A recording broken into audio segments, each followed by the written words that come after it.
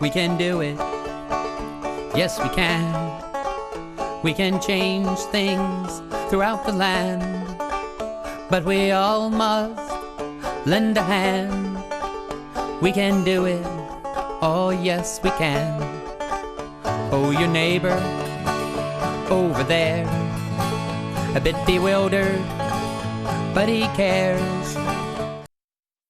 Welcome to Changing Our World. I'm Linda Weltner, and I'm here with Dr. Stembile Mahlatini, who is a psychologist, a lecturer, an author, and she has written 24 books? Yes, Right, 24 books.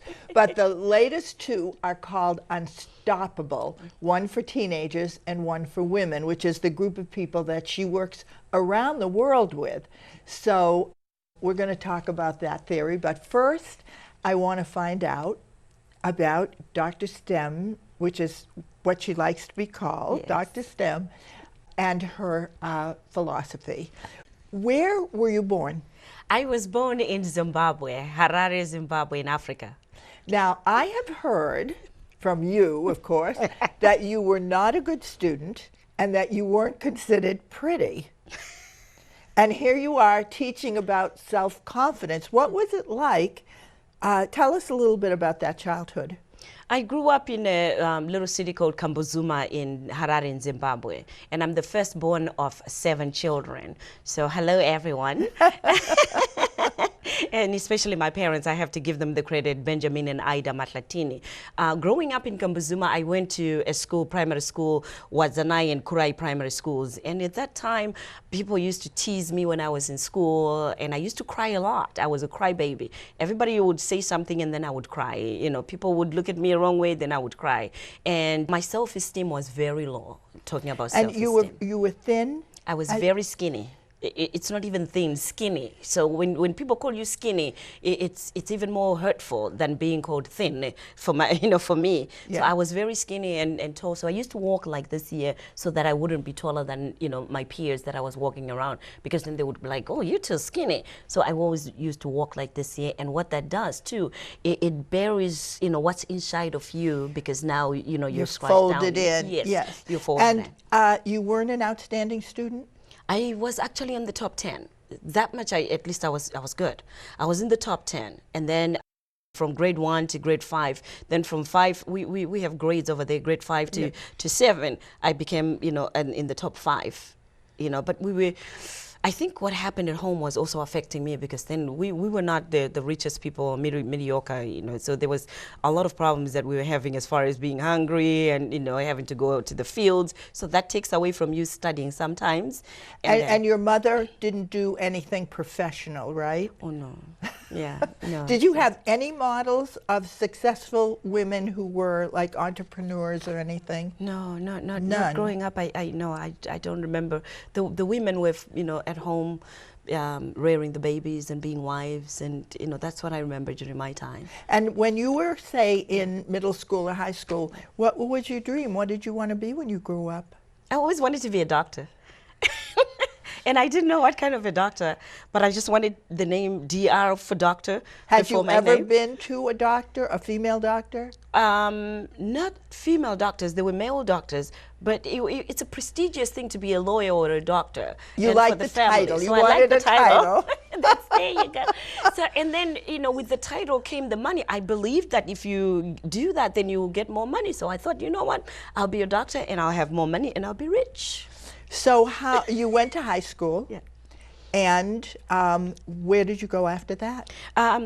When I was in high school, I went to Chaplain High School and Mutare Girls High School and St. Augustine's Mission. I went to 3 because there was war, and then at some point I had to be transferred to another school, to continue my education for safety. But as I was telling you before, I was not a really good student, where at some point I would say, even though I'm in the top 10, that it was consistent. So my teachers used to tell me that I was a jack on the fence. because I get 50%, and that's a C minus, or sometimes Yeah. C plus. So with that, I had to work hard to make sure that I don't fall off and fail, because then I had to get off the fence that they were saying, but I wanted a 52, a 55, and be able to be successful. So I applied to come here to the United States to go to college, and my uncle, who's a reverend for the United Methodist Church, helped me to find a place in Rapid City, South Dakota, and come to school. So you went from Zimbabwe to South Dakota. Dakota. It must have been a little bit of a cultural shock. It was a cultural shock, but so began my world of becoming unstoppable and opening my eyes up to what was possible and what I can do. Because among all those people that were were laughing at me, and I wasn't a nobody, and I thought I wouldn't make it in life, here I was in Rapid City, South Dakota, as country and laid back as it is in Rapid City. I was in the United States of America, the land of opportunity, and I was not going to let that go without me getting something out of it. So the first accomplishment that you had under your belt was that you had gotten accepted in a Western college and that you had come here. Were you nervous? Were you scared? My father, bless his heart, and my mother, they never let us go anywhere where they haven't been, or one of them could accompany us.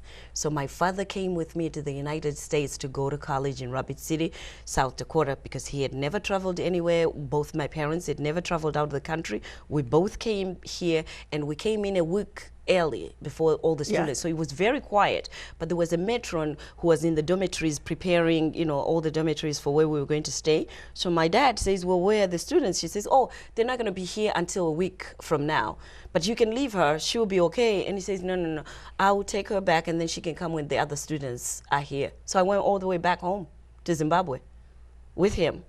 And then when the other students, were the following week, I flew back in now so that I could be at with school. your father again? No. Or no, he had seen it. He had seen the he places. wanted to now. check it out. He wanted to check it out. But you didn't know anyone. I didn't know anyone. He didn't know anyone, and we just went to. And you spoke English. I spoke English.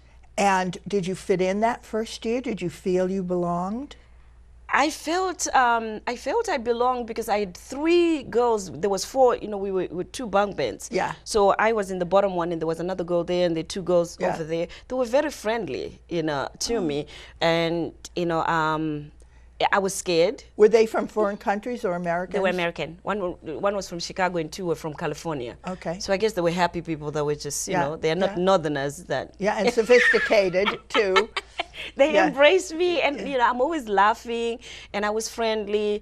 But when I came in, I wrote me in my book, which is my memoir, Beyond the Tears, Bruised but Not Broken, was my memoir that I wrote.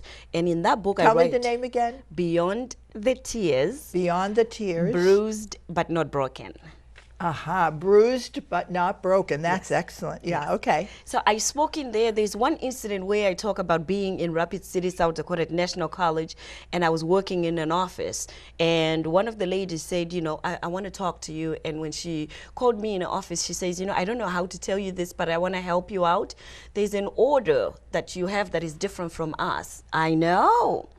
And she says, I don't know what soap you're using. I was using soap from Zimbabwe that I brought, but the smells are different. Yes. So then it wasn't smelling good. So she says, I don't know whether it's the soap or the perfume, and I had perfume that was from there. I don't know if it was, but I say this story to say how much courage it takes for that one lady to say, everybody else is going, she's not smelling good, and here you are, as a child, that and was you're thinking. wonderful so of her she to told me tell to throw out you. everything that I had brought from home, and she bought me new soap, new perfumes, and I took that, and I was so embarrassed, and I didn't know what to do, because then everybody, I'm like, everybody thinks I was smelling, but I didn't know, but there's nothing I'm doing. I wash every day, and people go through lives with those experiences and being embarrassed now and shut themselves out from new opportunities because of what what happened. And that's why I say, yes, you're bruised. Your ego is bruised. And of course, your self-worth is bruised. But then what do you do with that information? I chose to look back and thank that woman that, you know, had the courage to tell me. I chose to take that experience and now teach other people to say, you know what, we all have a story that at some point you're embarrassed about, you're shy about, but you don't have to let that, you know, shut your confidence down. And, you know, what it is that you can do with your life because of those experiences that help, you can take those and thrive beyond those tears. Now, one of the things you've said is that it takes a village to be unstoppable. And here's a woman in your village who looked out for you and set you on a path which could have been disastrous. So when you talk about the village, let's also, you know, understand that, you know, in my village, which means in my experience, because the village is your experience and your life experience. Because now I was in America. Yeah. I was at Rapid City, South Dakota, when this lady called me in her office and told me that, you know what, I know you're coming from home, but there's something that you use there. I don't know what it is, but you might want to change it. And she went and bought that stuff for me. So, you know, yes, she's part of that village that molded me and helped me to now get over that incident and be able to teach other people to say, yes, people will tease you, you'll be bullied and you'll be abused, but there's a certain point where you look at yourself and say, okay, is this helping me or hurting me, this experience? If it's hurting you, you have a choice to, you know, take that and say, I'm not going to take this with me to my next level in my life. And I'm learning from it go. And I'll you know, I'll build my confidence and I'll walk through life, you know, knowing that I have an experience, but it's not holding me back. Now, was your education in Zimbabwe adequate to school, or were you struggling in the beginning? Academically? You mean myself academically? Yeah, I was struggling. That must have been hard because I'm sure they didn't teach you there what American kids learn here. Well, it's, you know what, we have better education than you guys. Really? Because ours is British. Oh, so it's, you know, a person from here cannot write those exams in Zimbabwe and pass them, because then we learn like on the surface over here. So I'll tell you why, because then I was a C average student there. I mean, a lot of perseverance and determination obviously helped because I was determined to succeed. But I came here and, you know, graduated with a 4.0 because then now I would do my homework, I would write my papers, I would research, and nothing would stop me from getting good grades. And I apologize for assuming that our education, that is one of this American exceptionalism. We're always the best in everything when we are not. Yeah, no. Okay, so let me ask, how did this term unstoppable pop into your head? Where did it come from? It's such a wonderful phrase. And do you know, I've been here for 32 years. And I've written books, you know, The Power of Prayer, It's Time to Shift from Fear to Faith. And I have written Build Your Confidence and Become Unstoppable. I've, you know, different titles of, you know, helping me to build my own confidence and become successful. But 2 years ago, I looked at my life and my bank account is not reflecting all this work that I've done and that I'm continuing to do to work with women, empower women, motivate women, encourage women. And let me just mention that one of the things that you do is give keynote speeches and conferences all around the world and lead groups, right? I train. I'm a trainer as well. And a trainer. And plus she does phone interviews if people can't get nearby. And she also has a podcast. So if you go to DrStem podcast, you will be able to listen to some inspirational speeches, and you sing gospel songs. I don't sing, I actually play gospel songs. Oh, okay. Okay, not your voice. Yeah, all right. I wish I could. And other inspirational things, so that she's sort of got the whole package here. It's not just books. But okay, so you were saying that your bank account didn't reflect. The bank account didn't reflect that. And I'm doing, and then I wasn't reaching as many people as I would like to, Yes. besides even the bank account, but just to be able to, go out there and empower more people and help other people to realize, that it's possible for them to be whoever that they're passionate about. So what happened was I went to get trained as a passion test facilitator. And what that is, I know you were saying it the first, it's just like, I want to know what that is. Yes. We all have passions, but people need help to recognize A and lot of find people it. don't know what the heck they really love. Yes.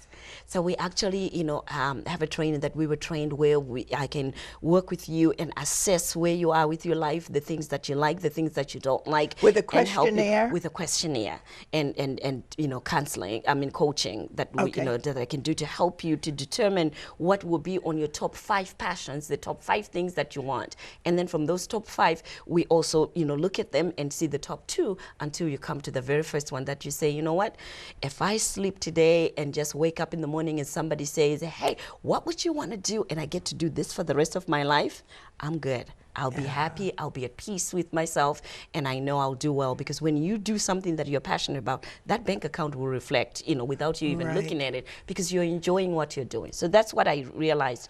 And when I came back from doing that, I was ready, and I thought I would be, conquer the world, I'll do everything, but I still wasn't doing it. And I said, what is the difference? Why am I not having the courage to get up now and do what I want to do and be out there?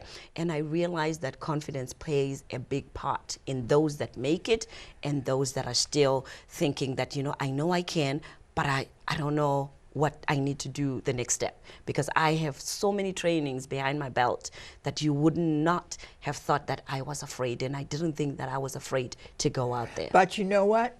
There's a confidence that says, well, I can succeed in Salem, and I can succeed because these people are calling me for conferences, but I could never be an Oprah. I could never be a national figure. Yes. And that's very common, that you can be a big frog in a little pond, but you can't make that leap to, could I be a big frog in a big pond?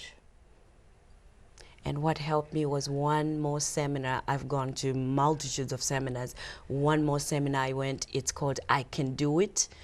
There's an author, Louise Hay, that does I Can Do It seminars. Just the saying, I can do it. And at that time, I was in Orlando, Florida for that seminar. I came out of there saying, yes, I can, I can do it, like that train. Yes, I can, yes, I can. And then I said, you know what? I want to be unstoppable. I just want to go out there and just do it. Why can't I just go and just do it? And just write the books, sell the books, and do what I need to do. And it just became a thing, a mantra. Step into a bigger stage, because you'd written the books, you've got everything on the internet, but how do you get out there? Get beyond that? Well, you've got to have guts, and you've got to have confidence. As always, I started writing again. I started writing a book called Unstoppable. So you wrote it for yourself? For myself, but I wrote it for that young me that was being teased by those other people, that was crying because people didn't want to hang out with me, that was, that had all this responsibility of being the firstborn in the family, expecting you to do well all the time and cannot let your guard down and make mistakes and know that it's okay for you to make those mistakes, that saw, mother crying because father had gone on and married someone and next one because of polygamy, and here she was staying. So all those things I wrote for that young me, that little me, and I wrote Unstoppable for the teenagers, which was, it's a guide for building your confidence for the young one. So I started writing that one. When I wrote that, I did a workbook. My goal with that one, which is still the goal today, is to have a class that is taught in the school system, so students can just learn about how do I take all this stuff that is happening in my life that I have no control over and find my way to build myself, so that I can build myself with things that I can control, because they have to be in these environments that they have no control over, but that's building their self-esteem and self-worth. And when you think of it, where else but in school should you learn what your passion is? And people get out of high school, they get out of college, they still don't know what they want to do or what they like. Isn't that the thing? Because you ask them, you say, you're going to college, congratulations. Yes. I said, what are you going to do? I'm going to college. I know. But what are you going to be? I don't know. And I go, you Right. don't know? It's $300,000 you're going to spend in the next 4 years. You don't know? And they honestly don't know. The guidance counselors, they have all these other students that they have, so they're overwhelmed. And you In know, high not school, everything. the guidance counselor is just to get you into college. That's it. But the point is, there should be a course on Learning. what is your passion, Yes. and helping you find the confidence inside yourself to then pursue that passion. Yes. How do I become unstoppable, and what is it that I can do in college, learn in college, that will help me in my life? And you know what? The unstoppable, the range of becoming unstoppable is dependent on each person. Not everyone will become an Oprah, and not everyone is going to be a Donald Trump. I mean, and not everybody. Not everybody wants to be Nobody that. wants to be. But in your life, each one of us will have to determine, this is the kind of house that I want, a 1 bedroom, 2 bedrooms, and this is the kind of family I want, but most of all, the kind of work I want to do to impact the world, and the imprint that I want to leave on earth is this. So your first burst of self-confidence was that you made it to the U.S. And what other things built your confidence? Graduating from college, With a great record. With a great record. I have the associate degree, bachelor's degree, master's degree, and doctorate degree, and I have all 4 degrees. And when I achieved all 4, I said, whoa, me, the average Jack on the fence, could do this. And that's why I say anybody else can do it only if they make up their mind what it is that they want to do with their life. I have a quote that I say, you cannot mess with a made-up mind. When somebody makes up their mind, nobody can mess with it. So that was one way of building my confidence. So one of the things was, you had from young childhood, you wanted to be a doctor. So that was on your bucket list.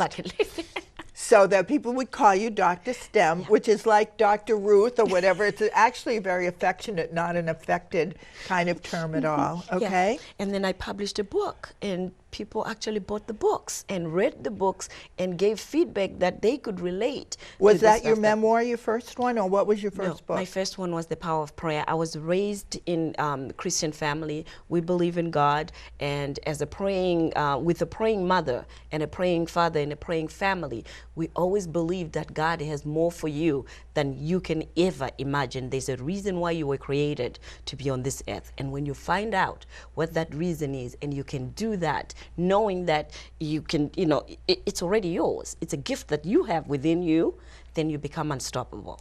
So were there times when you were discouraged and you went back to your faith?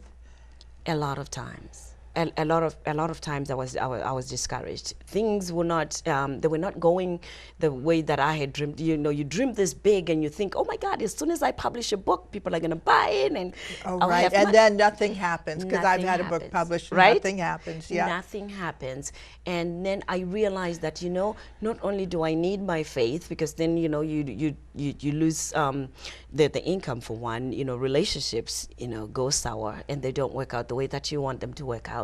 You have to go somewhere and have something that you can hold on to. So I went back to my faith. Not only do I go back to my faith, and that's the difference that is, most people need to understand. Praying alone and believing in God alone and having faith alone will not give you what it is that you want in life. Absolutely. You have to act on it. Right. You have to take risks. You have to go out there and learn something new. You have to And one of the read. things is, you can't let your fear stop you, right? You go through the fear. You can't get rid of it. It's there, but you do it anyway. Because knowledge is power. Once you know something that can help you sustain, because you know better, when you know better, you do better. And when you know better, you know that, what, I can be afraid, I can be fearful. But because of what I know and what I have seen other people do, I can do it too. And my thing is, if I strive enough and do more and become more, then the children that I coach and counsel, the parents, the women that I coach and counsel, they will look at my life, they will look at me and say, you know what, she's right. If she can do it coming from Zimbabwe, from Kambuzuma, in that town, then I can do it. And that's the legacy that I want to live. That they can say, look at all that she did. All right, now if I wanted to buy one of your books, where do I go? You can go to www.amazon.com. Oh, you're on Amazon. I'm on Amazon.com. You can also go to Barnes & Nobles. You can buy the books at Barnes & Nobles. But most of all, it's even better if you have a conference, if you have a meeting, to call me, contact me, book me to come and be the speaker, the guest speaker. I'll bring all my books there. I will sign them, but I will get a moment to hug the people that are buying my books. Yes. And that's priceless. And so do you have, how would you know what your phone number is? My phone number, okay. So my website is www.DrStemSpeaks.com. The phone number is 781-254-1602. Email is easy, drstem14@gmail.com. You are now going to start your own series of conferences. Yes. And that's sort of the big step you're taking? Unstoppable, unstoppable, unstoppable. That's the word that I'm going with. So the seminars are called Unstoppable, Free and Fearless, because there's another book that's called Unstoppable, Living a Free and Fearless Life. So the seminars are Unstoppable, Free and Fearless for teenagers and young adolescents, young adults. And you're going to have one in the Salem area? And I'll have one in the Boston area because I am relocating. I'll be living in Orlando, Florida, in a little nice place called Lake Nona. So I'll be flying in from Florida to bring it back to Boston. And when is this going to be? Do you have a date? Next year. All right. So at this point, I have a publicist who's working on it. She's going to be, putting together the seminars for me. So I'll bring it in for the teenagers and young adults in June, as soon as school come out. So we can go to your website. You can go to and find out when this workshop is. Are your books under the name DrStem, or are they under DrStem? So DrStem is all you have to remember. That's my brand, DrStem. Be encouraged. Okay. That's my brand, so I encourage people. But if you just go on Google and put DrStem books, you'll see all my links. I have a TV show. It's called The DrStem Show, where I encourage and empower women and children who I work with. So I also have that podcast that you mentioned. You'll see me reading quotes and doing doses of motivation and encouragement on those pertaining to life. So DrStem Books is good enough. YouTube, if you go on YouTube, I'm all over YouTube. I have, YouTube videos, I have audios on there to encourage and empower people so that they can help boost their confidence for life. Okay, well, let me just say this.